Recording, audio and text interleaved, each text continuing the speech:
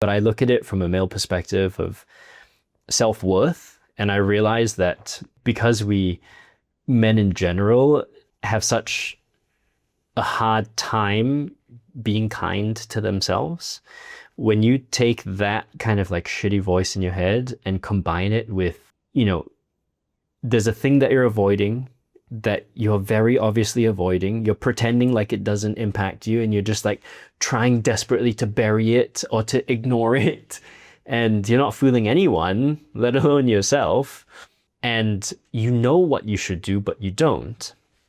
And so the person that you are on the outside becomes very, very different from the person that you think you are on the inside. Your actions don't match who you want to be, and the dissonance grows and grows and grows and grows and grows. And it seems to me like for a man, your sense of self-worth is kind of predicated on your sense of respect for yourself, which is kind of predicated on how often do you follow through on what you should And do. that's not just a male thing. Females feel the same as well, right? Females can be a version that's too far away from who they wish or hope they could be, or who they know they can be. Yeah. And if you continue to not show up for yourself and not do the thing that you know you should do, then you just get more and more frustrated at yourself. And like you said just now, you trust yourself less and less, because you're like, dude, I'm trying to count on you, and I'm trying to like give you the room to be reliable, but you keep fucking letting me down. And I think a lot of times with those sorts of situations, the initial reason is they make out the thing they're upset about to be a small thing. Like, what kind of guy gets pissed off at a colleague for this kind of small thing, right? Like, it's not even a big deal, so why are you so upset about it? Just don't be upset about it, Instead of taking the 2 minutes to go deeper. To understand it. That I think a lot of times the start of it is, it's so ridiculous. Like, why even caring about that? Why is that even on your radar? I think that judgment is the thing that starts that whole process of trying to ignore. Yeah, which is really quite sad and frustrating for that person, and probably the people around them too, because that emotion that you feel is information. And if you just like hold on to it and then just follow the wave as it rides over the next 1 to 2 minutes of like, why do I feel that way? Is it because of this? And like, what happened? And like, what did it remind me of? And, when he said that, how did it really make me feel? And like, what does this tell me about, whatever, right? It's never ridiculous at the end of the day. It's always that you tell yourself is ridiculous at the start. But when you dig deeper, it always comes from something that's quite understandable, that's quite human, that makes a lot of sense given the experiences you've had growing up.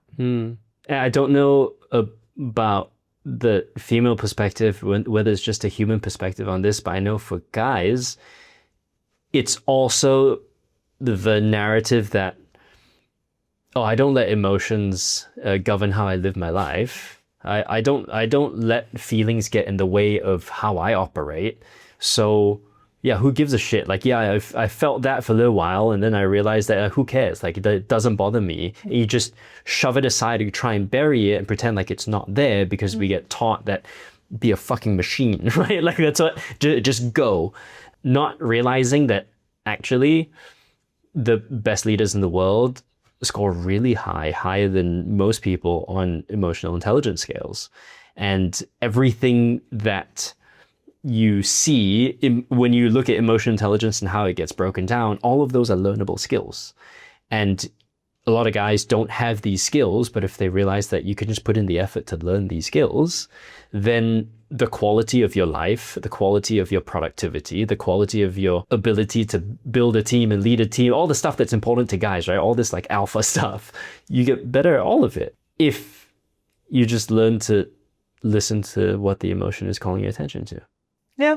And it's almost a sad thing, I think, for men, because you're socialized to think you shouldn't care about those things from a very young age, right? Don't cry, deal with it, grow up, don't make a big fuss over this, right?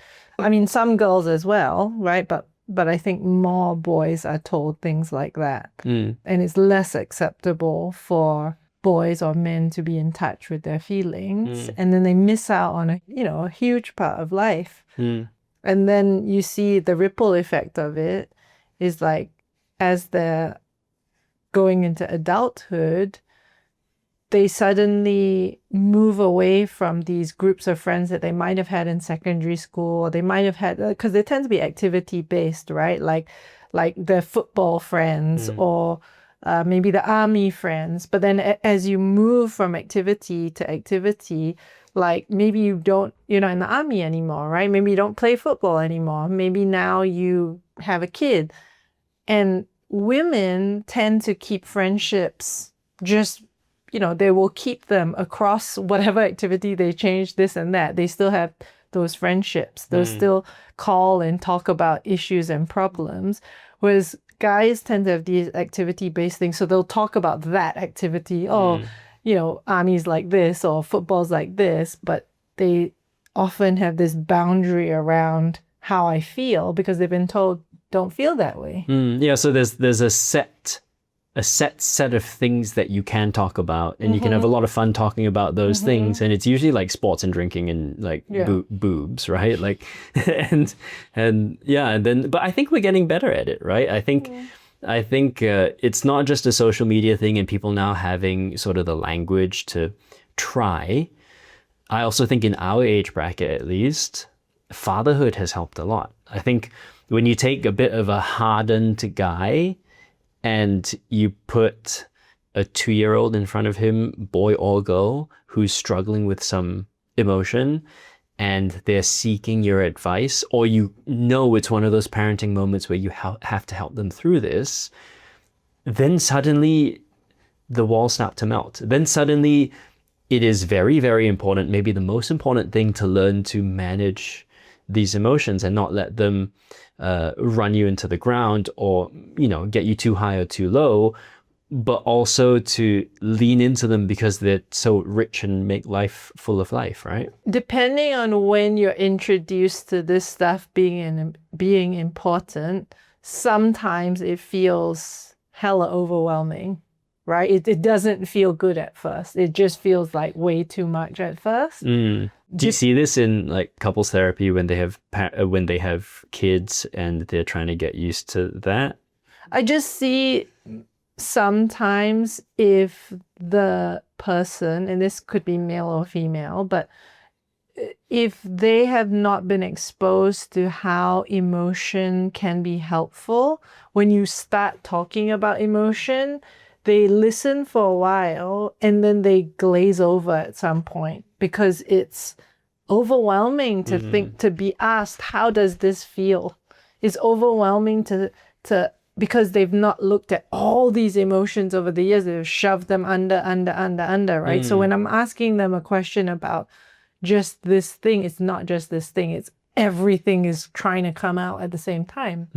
And besides the obvious answer, which is if you do realize that you're quite stuck, then maybe you should find a therapist to talk to. How can someone start to pull that I'd just out? say, don't put pressure on yourself to understand everything at once. Limit the amount of time you do it daily, right? So every day, just 10 minutes, right? Just think about one thing you felt that day, right? Try and label it if you can. If you can't label it, it's okay, right? And then think about the inverted commas. What did that emotion say, right? Maybe you labeled it as hurt and it said, why can't you see how hard I'm trying, right? Or maybe it said, I just wish you'd notice how much I really do get affected by the things you say to me, right? And so it's just the inverted commas of what the emotion would say if it could speak. Yeah, right? I think that's so practical and actionable and doable, because you don't need to talk to anyone. You can do it on the train on the way home, and there's no fancy process. You don't have to write anything down. It's just you and your thoughts, and it's trying to find one thing today that you had a reaction to and trying to figure out what does that mean. Yeah, I think the first part is what what does it sound like? What does it sound like it's saying? The next part is empathizing with it, like soothing and comforting. So say, oh, of course you feel hurt by that. Oh, I mean, you wish that the person closest to you would recognize that those words are painful, right? But you don't, when you look at her and it doesn't seem like she knows, that must really suck, right? So that's the empathizing, soothing. Yeah, because then you're not so irritated at yourself for having the feeling, because you've spent 5-10 minutes thinking about it. You understand why you feel that way now. Yeah. And it's not like you need to go dig in further and figure out all the other shit now. Yeah, just that for today. But by the way, that third step of validating, empathizing with the thought, right, is really difficult for most people to do for yourself. So the tip that comes with that is pretend you're doing it for somebody you really love. Yeah. Like they've just told you that, and you're trying to comfort them. Because most people really struggle with the being warm to themselves. Yeah, that's so true. I feel like a lot of times the self-talk that we have, we would never talk to our child or our best friend or our partner or a good friend that way. It's so mean, right? Yeah. And this is a version of that, right? If you imagine that you're listening to someone really close to you telling you this, how would you respond to them?